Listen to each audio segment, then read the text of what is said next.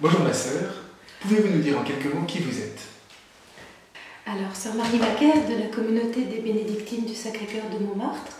La communauté a été appelée au service du sanctuaire d'Ars en 1994 et nous assurons le service de l'accueil des pèlerins à travers la prière et l'accueil très concret au niveau du sanctuaire, des groupes qui souhaitent un temps de préparation spirituelle pour un temps fort de vie chrétienne ou autre.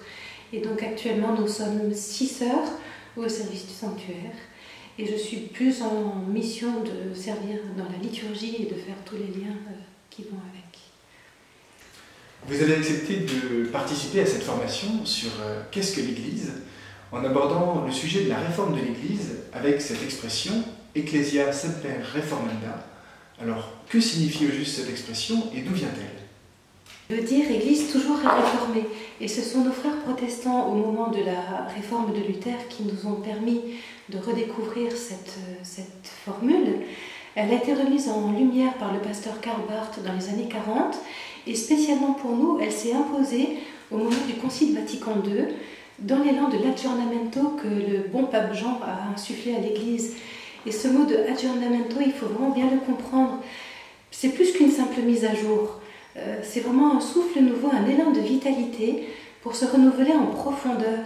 Et Jean XXIII a voulu cet élan pour à la fois ce renouveau intérieur et présenter la doctrine de manière adaptée à notre temps. Il avait bien perçu qu'il y avait une difficulté à l'Église de transmettre au monde du temps de l'époque le feu qui était en elle. Et on peut rendre grâce puisque Saint Paul VI a poursuivi cet élan impulsé. Et Paul VI a aussi insisté qu'il ne s'agissait pas tant de structure à changer, bien que le changement des structures découle de ce renouveau intérieur, mais que de laisser le Seigneur nous reformer, reformer, nous remodeler comme entre les mains du potier dans notre forme originelle, cette forme qui correspond à ce pourquoi Dieu nous a créés, à notre fin ultime, de nous laisser vraiment façonner de manière nouvelle à son image et ressemblance. On peut rendre grâce aussi pour le pape François qui continue dans ce même élan pour mettre en œuvre de manière bien concrète, bien réelle, bien incarnée tout ce que les saints papes précédents nous ont légué. Et cet effort constant de mise à jour, de réforme, de conversion, il est à réaliser à la fois dans les structures sociétales, ecclésiales et communautaires, et nous voyons bien qu'il est direct et concret pour nous entraîner sur ce chemin de conversion. Et ce chemin de conversion devient vraiment une démarche personnelle engagée. Alors quel est donc le chemin de cette réforme? Alors ce mot réforme, ce terme de réforme est plus intérieur que ce que nous avions perçu à première vue. Dans la vie religieuse que nous menons, le mot conversion nous est plus familier que le mot réforme. Il a pour nous une résonance plus évangélique, plus biblique. Et dans la vie monastique, puisque nous avons une vie monastique et apostolique, nous parlons plus volontiers encore de métanoïa, qui est vraiment ce retournement intérieur suite aux appels incessants de la grâce. Ces appels et ce chemin nous sont vraiment déjà dévoilés, d'abord dans la Sainte Écriture. Et la Bible, justement, nous montre à tout bout de champ combien Dieu pense, appelle et prépare son Église dès avant la fondation du monde. C'est quand même incroyable. Et toute la Bible n'est qu'une longue histoire qui nous raconte pas après pas, de chute en relèvement, ce chemin de conversion incessante de l'Église qui est le peuple de Dieu. Ce chemin de conversion, pourquoi faire? Non pas pour être parfait, mais pour être fidèle à son Seigneur. Et de la Genèse jusqu'à l'Apocalypse, c'est toujours Dieu qui a l'initiative pour nous faire revenir à lui, à nous convertir, à nous faire rentrer dans l'alliance rompue par nous, mais à laquelle lui reste toujours fidèle. Et même dans l'Évangile, c'est la toute première annonce publique de Jésus. Convertissez-vous et croyez à l'Évangile, car le règne de Dieu est tout proche. Dans l'Évangile, nous voyons aussi toutes ces grandes figures évangéliques de pécheurs et de pécheresses convertis, alors qu'à vue humaine, tout laissait croire qu'ils étaient complètement perdus. On a Marie-Madeleine, Zachée, Pierre, le bon larron. Voilà un peu un très grand trait pour la Bible. Et puis ce chemin de conversion nous est aussi montré, tracé et vécu dans l'Église. À travers tous les siècles, nous constatons, spécialement dans la vie consacrée, que tous les grands ordres ont eu leur moment de réforme, et parfois pas qu'un seul. Donc c'est vraiment quelque chose qui fait partie de la vie. Et pourquoi ces réformes dans la vie consacrée, par exemple? C'était toujours un moment de retour à une plus grande simplicité évangélique, à une plus grande pauvreté, on pense à Saint François, ou d'approfondissement aussi de la sainteté. Car la sainteté, c'est quoi? C'est vraiment faire resplendir le visage du Christ dans l'Église, et donc de manière plus pure. Et c'est important cet aspect, puisque notre Église est l'Église des saints. C'est une phrase de Bernanos, et ça nous rappelle que dans son mystère profond, l'Église, elle est sainte. Elle est l'épouse immaculée du Christ qui l'a rachetée et purifiée sur la croix. Mais c'est aussi l'Église composée des pécheurs que nous sommes. Ces pécheurs qui ont se retourner sans cesse à reprendre chaque jour le chemin de la vie, à suivre le Christ, à lui ressembler dans la fidélité de l'amour, jusqu'au beau jour où ce sera pleinement réalisé cette image en nous, quand Dieu sera tout en tous. C'est tout simplement le programme qui est vaste, mais c'est notre programme. Et enfin, pour ce chemin, il ne faut pas oublier que l'Église, donc c'est chacun de nous qui la composons. Chaque croyant, en tant que membre du corps du Christ, il participe à ce renouvellement intérieur de l'Église par son propre chemin de conversion. Et Sainte Teresa de Calcutta l'avait affirmé un jour à un journaliste qui lui demandait « Mais mère, quand vous voyez tout ce qui se passe dans le monde et dans l'Église, qu'est-ce qu'il faudrait changer pour que ça aille mieux ?» Et elle avait ce petit regard à la fois malicieux et plein d'amour, et où elle lui a répondu « Mais monsieur, il y a deux choses à changer, vous et moi. » Mais alors, comment peut-on se convertir et quels efforts devons-nous faire, Père? Alors justement, à propos d'efforts, écoutons ce que saint Paul nous dit dans la lettre aux Romains. Il ne s'agit donc pas du vouloir ni de l'effort humain, mais de Dieu qui fait miséricorde. C'est une question importante car souvent on pense qu'est-ce qu'il faut faire? Il faut vraiment demander la grâce de sortir de cette vision pélagienne. C'est le pape François qui la dénonce dans sa lettre sur la sainteté Gaudete et Exultate, où il nous met en garde, parce que la vision pélagienne pense que la conversion se fait à force d'efforts, de volonté, uniquement à partir de nous, de nos vues, de nos propres forces. Mais non, c'est voué à l'échec et à la stérilité. Et donc, premièrement, ce qu'on aimerait souligner, c'est que l'attitude fondamentale de la conversion consiste en un regard. Il s'agit d'abord de regarder le Seigneur, de contempler son visage de Père miséricordieux dans la face du Christ. Et c'est lui seul, lui d'abord, qui peu à peu va nous transformer, nous rendre notre dignité, notre vrai visage à son image et à sa ressemblance. Et c'est alors par sa grâce, et non par nos efforts, que nous pourrons devenir son image, son visage pour nos frères et sœurs, ce témoignage qu'ils attendent. En contemplant ainsi le Seigneur, il va nous donner peu à peu son propre regard, progressivement. N'est-ce pas peut-être une grâce à demander que cette conversion, déjà pour regarder ainsi l'Église avec son regard à lui, comment regardons-nous l'Église aujourd'hui? Est-ce que trop souvent elle n'est pas vue trop de manière humaine, de manière trop institutionnelle, alors qu'elle est d'abord un mystère d'unité, un mystère de communion, qui est appelé à vivre de cette communion même qui est entre Dieu, le Père, le Fils et l'Esprit Saint, la communion trinitaire. Je ne suis pas sûre que si on faisait un sondage, les gens diraient l'Église c'est la communion trinitaire. Mais donc sur ce chemin de conversion, c'est vraiment accueillir l'Esprit Saint qui nous inspire, qui nous illumine et qui nous transfigure. Même si on parle de conversion, de retournement, il ne s'agit pas d'un retour à une situation passée idéale, ça c'est très important. Une sorte de paradis perdu qui d'ailleurs n'existe pas ou n'a peut-être jamais existé ou ne peut de toute façon plus exister comme tel. C'est même pas un changement de religion. Se convertir, c'est d'abord une ouverture à l'aujourd'hui et maintenant, pour aller de l'avant avec le Seigneur qui nous trace la route pour avancer vers demain. Se convertir, se réformer de l'intérieur, c'est donc un dynamisme, un élan vraiment vital qui part de ce que nous sommes réellement aujourd'hui et qui nous porte à la rencontre de Dieu, mais sans faire fi de ce que nous sommes, de nos racines, de notre histoire. Et ainsi façonner, peu à peu, notre être selon Dieu, ce rêve de Dieu dont parle le pape François, devenir ce que Dieu rêve de toute éternité pour nous. Et dans ce façonnage, Dieu va nous donner les grâces et les vertus, c'est-à-dire les forces qui sont vraiment nécessaires au labeur de la conversion, parce que ce chemin est un labeur. Et donc on se rend compte à travers tout cela que ce dynamisme, ce n'est rien d'autre qu'un élan de croissance que Dieu a inscrit dans la création depuis l'origine.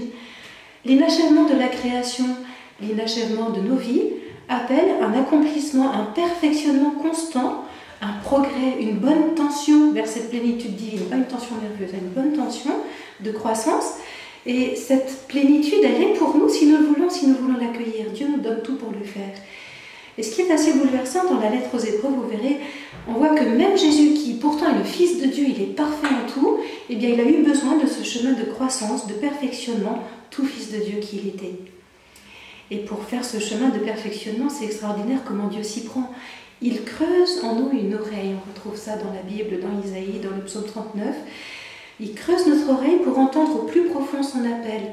Et là, on rejoint vraiment l'écoute, cette ouverture profonde qui est capitale pour percevoir les appels que le Seigneur nous adresse. Appels pour nous laisser provoquer à la conversion par ses paroles, pour nous laisser provoquer par les événements du monde. Et pour cette écoute, il est nécessaire aussi, ça suppose vraiment, et c'est une expérience que nous faisons nous aussi dans la vie religieuse, de nous mettre à l'écart comme Jésus, de prendre du recul par rapport à l'immédiateté de tous les moyens actuels, de fermer nos oreilles, de fermer notre imagination au bruit et au tumulte, tant extérieur qu'intérieur d'ailleurs. Il s'agit donc de faire silence. Mais attention, c'est pas de faire le vide, c'est pas un silence vide ou creux, c'est pas de devenir insensible à toute la réalité. Au contraire, c'est un silence qui va affiner notre perception du réel, de ce qui nous entoure, de la voix de Dieu, en désencombrant notre cœur et notre esprit pour y laisser toute la place à Dieu, à sa parole, au murmure, à la voix du fin silence de l'Esprit Saint, comme dit le premier livre des rois. Et c'est peut-être là que le Seigneur nous appelle à faire signe aujourd'hui afin de provoquer une vraie conversion pour nos sociétés.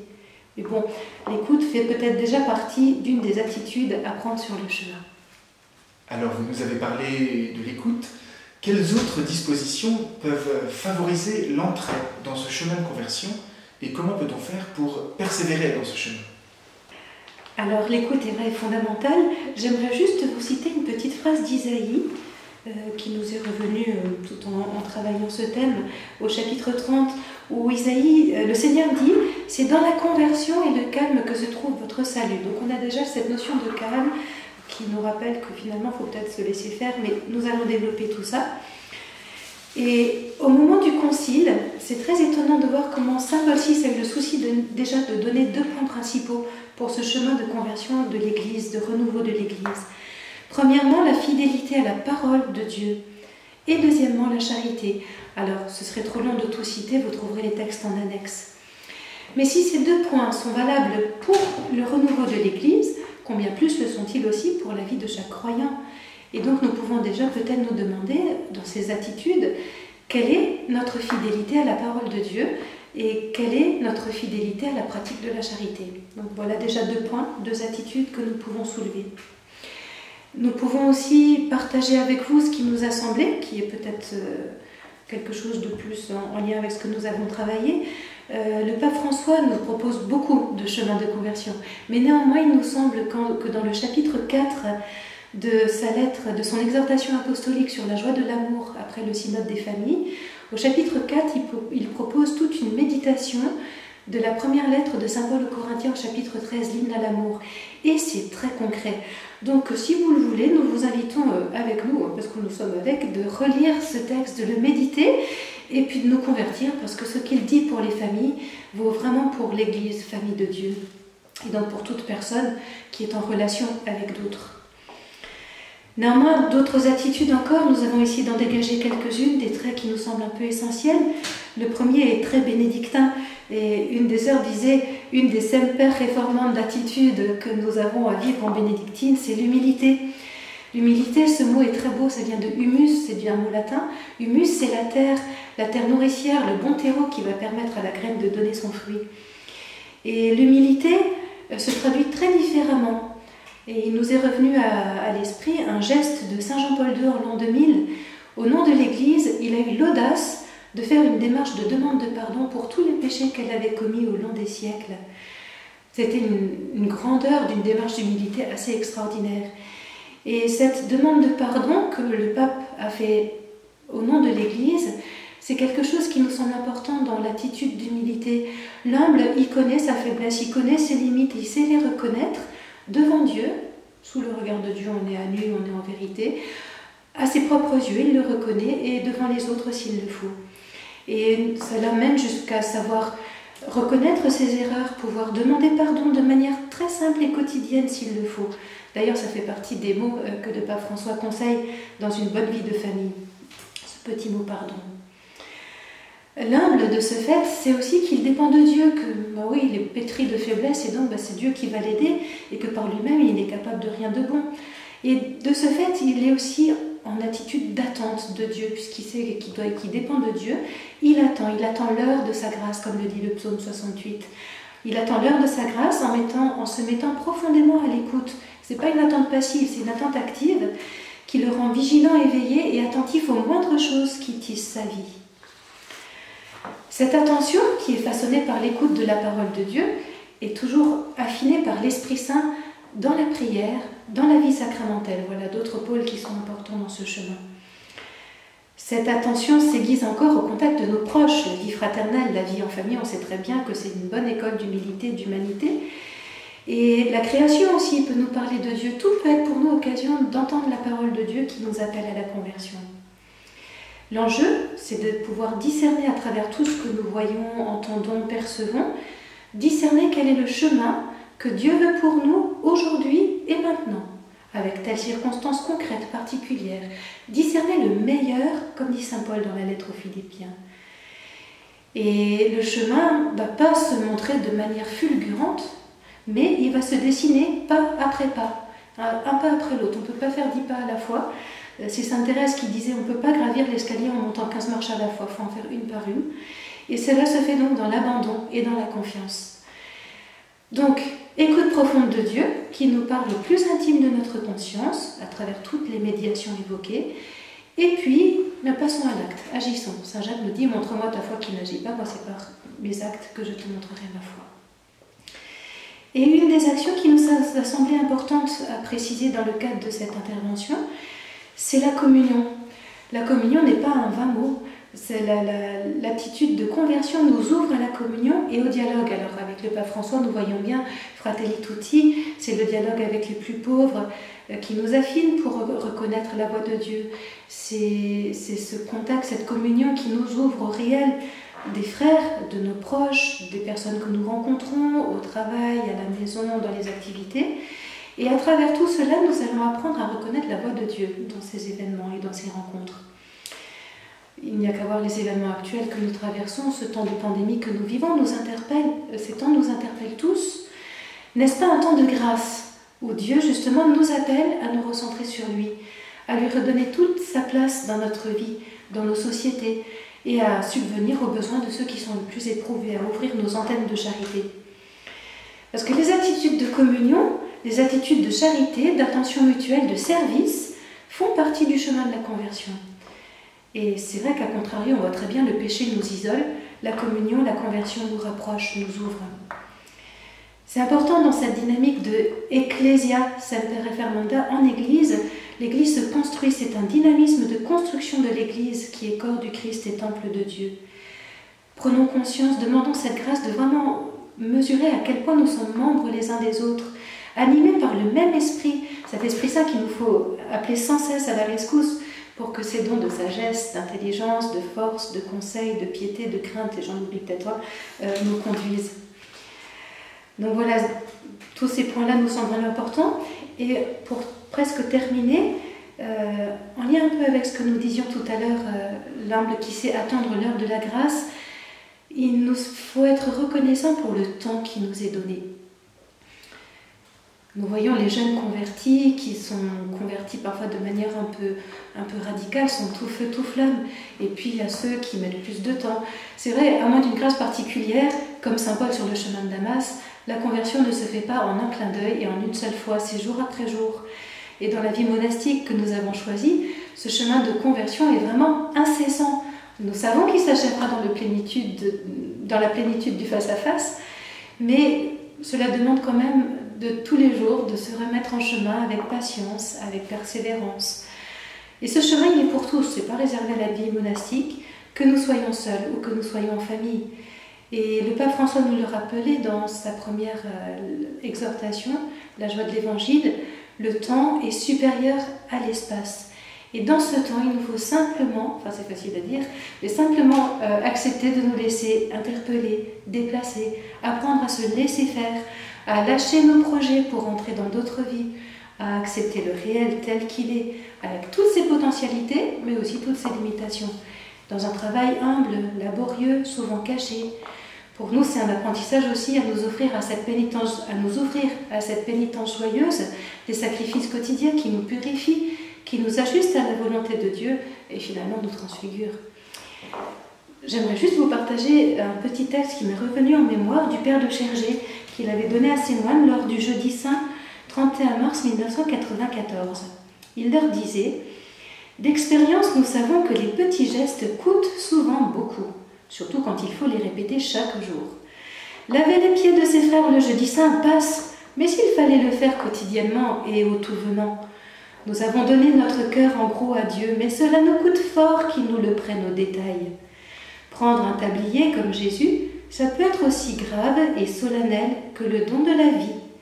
Et vice-versa, donner sa vie peut être aussi simple que de prendre un tablier. »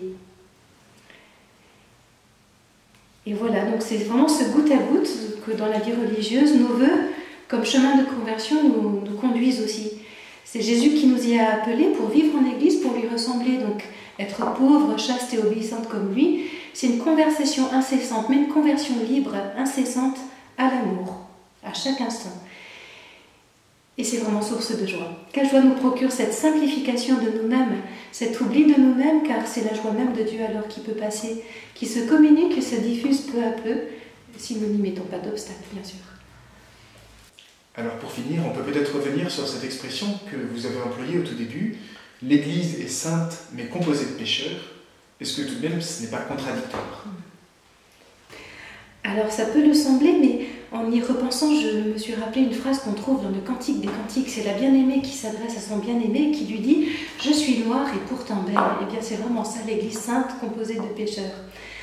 Si vous voulez vraiment approfondir ce grand mystère de l'Église qui est sainte et composée de pécheurs, je vous renvoie à toute la théologie du cardinal Journet, sa théologie sur l'Église qui est un monument et qui est vraiment quelque chose de très bon.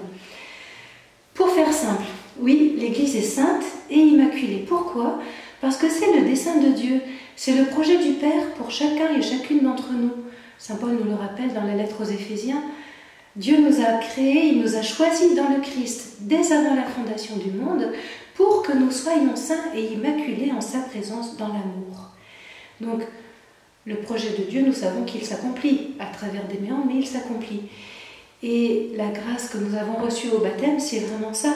Nous sommes devenus les membres du corps du Christ, qui est l'Église, sainte et immaculée dans l'amour. Et corps qui croit et qui se construit peu à peu jusqu'à ce que se réalise cette plénitude désirée par Dieu. Voilà, il y a tout ce chemin qui se fait de la création jusqu'à la plénitude. Et de ce corps, le Christ est la tête, la perfection, lui, il a fait tout le chemin de son humanité jusqu'à la gloire. Mais on a aussi des exemples qui nous sont plus abordables, je dirais, et nous voyons la Vierge Marie comme un membre éminent. Elle brille pour nous comme un signe d'espérance. Elle est la première créature, comme nous, qui a permis à Dieu de réaliser pleinement son projet en elle.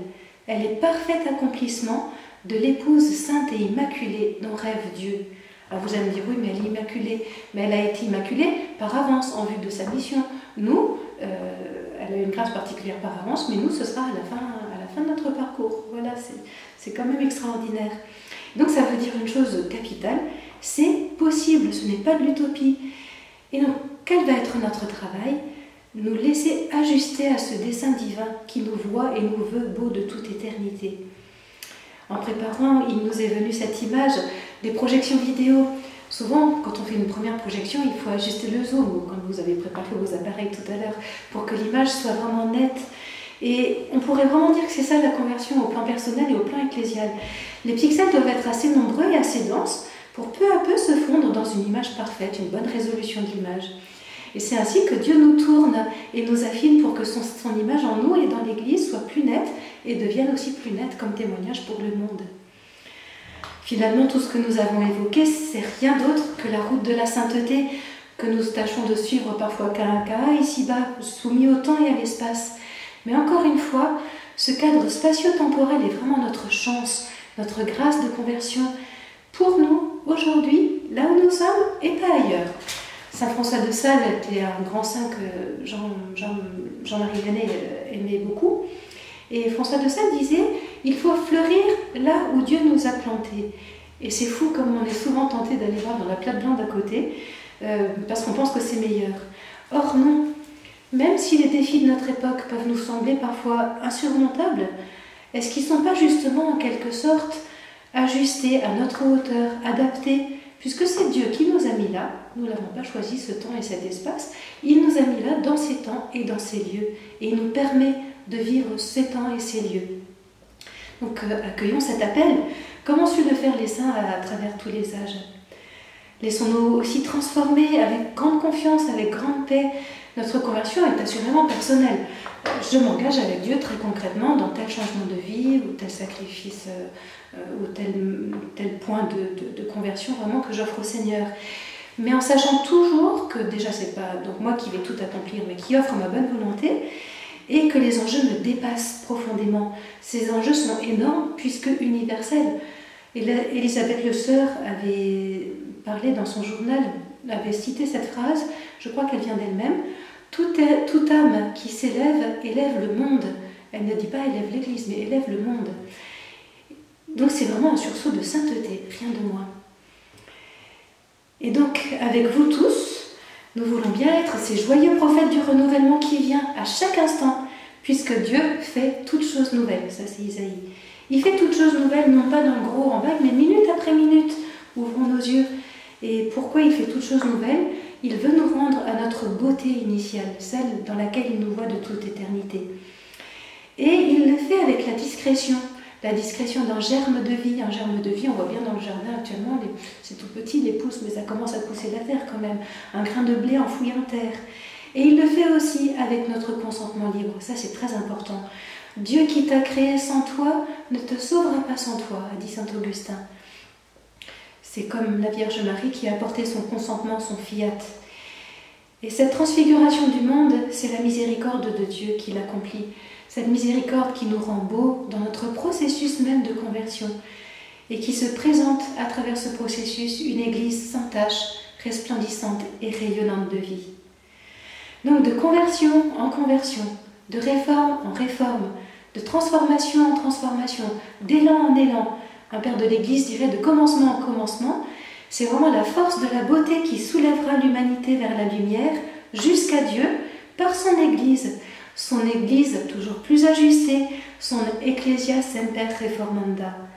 Et pour terminer avec saint Augustin, oui, tu nous as vraiment fait pour toi Seigneur, et notre cœur est sans repos, c'est-à-dire notre cœur est en conversion incessante, tant qu'il ne demeure en toi. Eh bien, merci beaucoup ma sœur pour cet enseignement que vous nous avez donné. Merci à vous et à toutes les sœurs de la communauté puisque vous avez préparé tout cela ensemble. Un grand merci. Et puis je propose maintenant que nous prions avec une prière du pape François, que vous avez trouvé une prière à Marie. Vierge sainte et immaculée, nous nous adressons à toi avec confiance et amour. Suscite en nous tous un désir renouvelé de sainteté. Que la splendeur de la vérité brille en nos paroles, que le chant de la charité résonne en nos œuvres, que pureté et chasteté habitent notre corps et notre cœur, que toute la beauté de l'Évangile soit présente en notre vie. Aide-nous à demeurer à l'écoute attentive de la voix du Seigneur, que le cri des pauvres ne nous laisse jamais indifférents, que la souffrance des malades et des nécessiteux ne nous trouve pas distraits, que la solitude des personnes âgées et la fragilité des enfants nous touchent, que chaque vie humaine soit toujours aimée et vénérée par nous tous. Fais que nous ne perdions pas le sens de notre chemin sur la terre, que la douce lumière de la foi éclaire nos journées, que la force consolante de l'espérance oriente nos pas, que la chaleur contagieuse de l'amour anime notre cœur, que nos yeux à tous restent bien fixés là, en Dieu, où se trouve la vraie joie. Tu es la toute belle, ô Marie, Écoute notre prière, exauce notre supplication. Que la beauté de l'amour miséricordieux de Dieu en Jésus soit en nous, que cette beauté divine nous sauve, sauve notre pays, sauve le monde entier. Amen.